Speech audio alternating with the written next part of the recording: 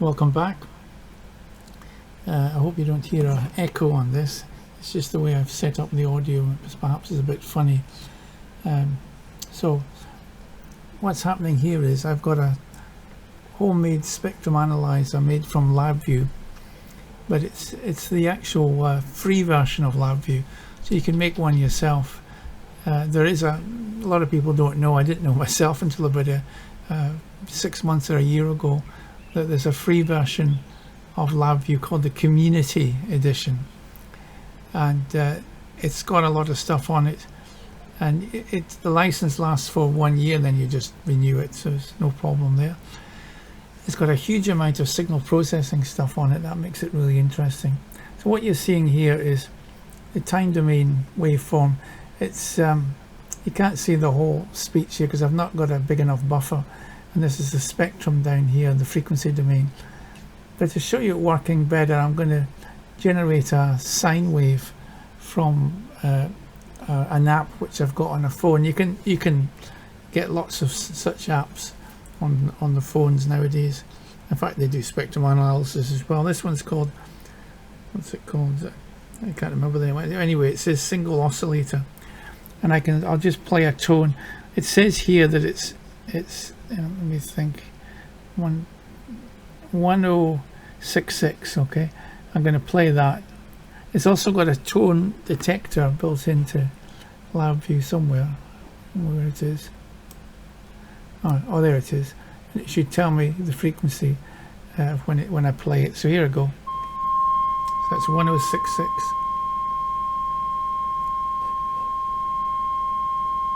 It says 1.07. That's near enough.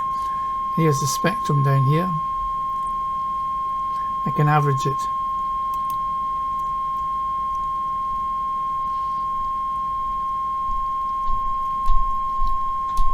Some harmonics, but of course when I speak it changes, which is not very clever, but anyway. You can see the frequency there.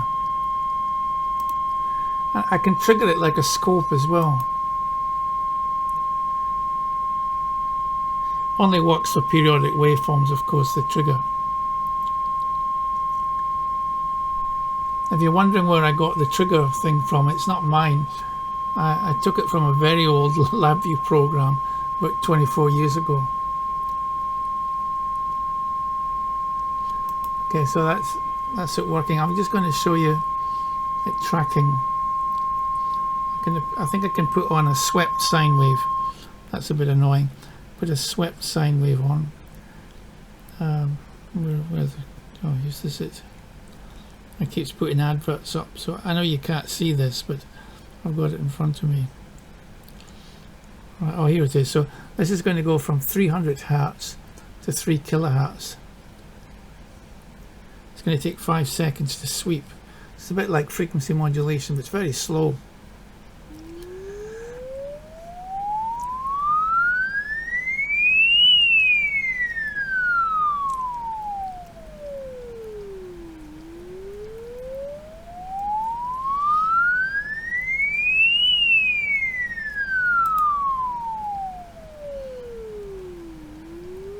That's so good at triggering, of course, when the frequency is changing.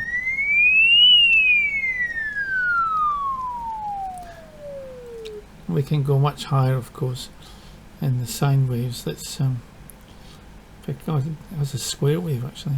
That'd be interesting. Well, there's all the harmonics.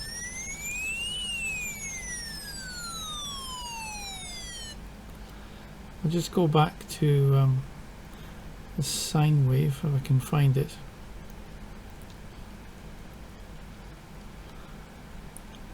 It keeps putting adverts up, which is annoying. Right, just back. Oh, this is the new version, doesn't matter. Right, let's put the frequency up higher. That should be 11.36 kilohertz, but it won't show that. And the reason is I've got a sampling rate of 22 kilohertz, so I think that's just outside the range. There's 4 kilohertz. 4.409 it should be, 4.41. So if you remember your sampling theorem, if you're sampling at some rate fs, you can only get up to a frequency half sampling fs over 2. So this particular one, as you can see on the, stop it for a minute, sampling at 22.050. I could actually manage some more. I could try 44100. That's it only does the standard ones because it's running through a kind, well, I think it does. It might not on this, but it's normally running on a sound card. That will affect my parameters later though, because I've got 22050 here as the frequency, but I just want to see if it works first of all. Yeah, it does. So let's see how high I can go now. So that's, according to this, that's 12.24 kilohertz. Of course, it's showing up as half of that because I haven't set the frequency. So what I'm going to do is put this at 44100. So it works in the program. I should really take it off here, of course, but being a bit lazy there. Oh, that should give me the right frequency now, once I turn it on. So this should be 12.24. I'm getting nothing at all. Oh, it's outside the frequency range here. That's why. I've got this zoom sort of scale thing, so I should be displaying now up to half sampling, which is 20. Let's say 20. It's 20. 44, 22 it should be, but let's say 22. So that's showing now 12.24, which is absolutely right. As a matter of interest, I can barely hear that, just because of my age, but I can hear it, but it's not that good. And I can get up to, according to this, it says 18.9 kilohertz it should be, but it's not. It is actually showing that on near to 19 here. I'll put it down a bit. That should be 16.123. It's the detected frequency isn't working that good, or maybe that's because I'm speaking. Yeah, it does work. It's because I'm speaking. It's showing 16 point. The smoothing here is done with exponential weighting. That's the averaging. I'll just average it.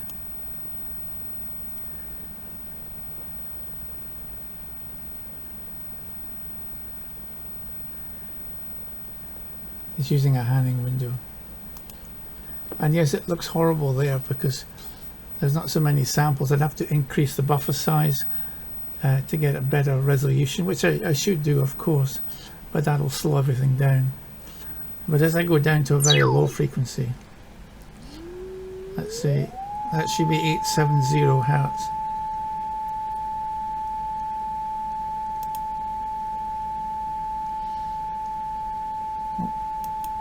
Triggering kind of works. I can zoom this as well.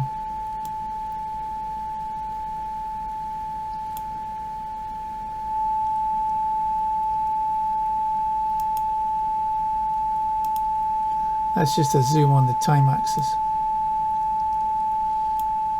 And as I speak, of course, you can see my speech now. I'll turn off the tone generator. So the tone generator is fine for calibrating it. Now I can see my voice quite clearly, and the spectrum is below, but it's not a lot of good because FFTs, when you're working out the spectrum of a non-stationary signal like speech, you need to split it into small sections. It's called the short term. It's a short term or short time Fourier transfer function, rather than doing it in one long big thing like this. but that's the basic principle of it. How does it work? Well, it's most of it's all LabVIEW. That's the trigger thing, which, as I say, I stole years ago off an old LabVIEW program, I think for an oscilloscope. It's a demo one, which you're allowed to do, of course, because they don't mind you taking the VIs. This is my spectrum analyzer, but it's based on LabVIEW's power spectral density VI, which is here. And all I do is I average it. I have to keep the last value of the power spectrum, and then I get the previous. So I store this one and I get the previous version. And this is LabVIEW's program, National Instruments. Because their stuff's all got error handling in it, as it should, but mine doesn't. And you can keep zooming in. And then there's another one here. Although that's the power spectrum analyzer. It just keeps going. I think eventually it comes to a... Yeah, if you can't get any further, that's the raw code, however it's programmed. In the old days it would have been programmed in C perhaps, not really sure. And so it's just standard LabVIEW stuff. It just shows you how easy it is in LabVIEW to do something like an audio spectrum analyzer, at least. Of course, if you wanted something a higher frequency, the principle is very similar, but you need to use the hardware from National Instruments, or third party if you want to, but the National Instruments one's very stable and it recognises it, and it's kind of easier, although it's more expensive. So here, as I say, I'm just using a sound card. I'm not actually using a sound card, but the equivalent of a sound card. I've got a special device with 2 microphones stuck on it, but you can just use an ordinary microphone and it's fine, really. Okay, so that's my demo of the sort of home-built spectrum analyzer, which I guess could be useful for the odd thing, depending on what you're working with. You can, of course, inject a signal into there. It doesn't have to be audio. You can put a real signal in. I don't think it'll take DC, because sound cards don't take DC. But an AC signal you can inject into your sound card. You can use the line input, for example, and read it from there. But you're not going to get a very big bandwidth. As I say, you're only going to get up to half sampling of 44.1 is 22. Just as a matter of interest, I'm just wondering whether this particular unit I've got would take an unusual sampling rate, or whether it doesn't like that. Let's try 20 kilohertz. Sound cards wouldn't normally take that, because they have set frequencies, well, to my knowledge anyway. And that one does actually seem to be taking it.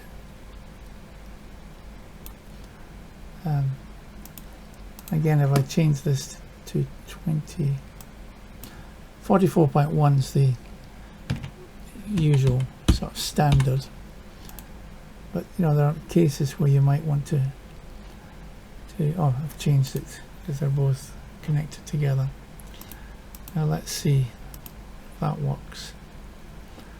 Oh, so this is so 20 kilohertz, you only go up to 10, which you can see it's only going up to 10 half sampling. Let's just zoom that up. It does look as if it's working on this device. Now let's just play a tone through it to kind of calibrate it. I can't really calibrate it with my voice.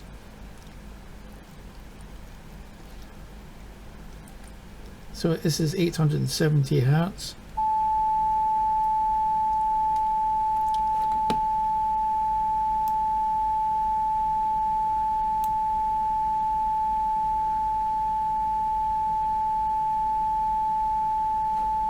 That's spot on.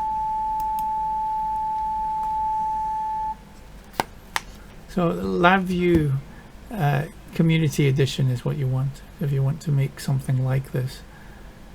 It's not something you can kind of list the code, can you? Just to, if you want to copy it, but there are ways it could be sent to you in some way if you wanted to play around with it.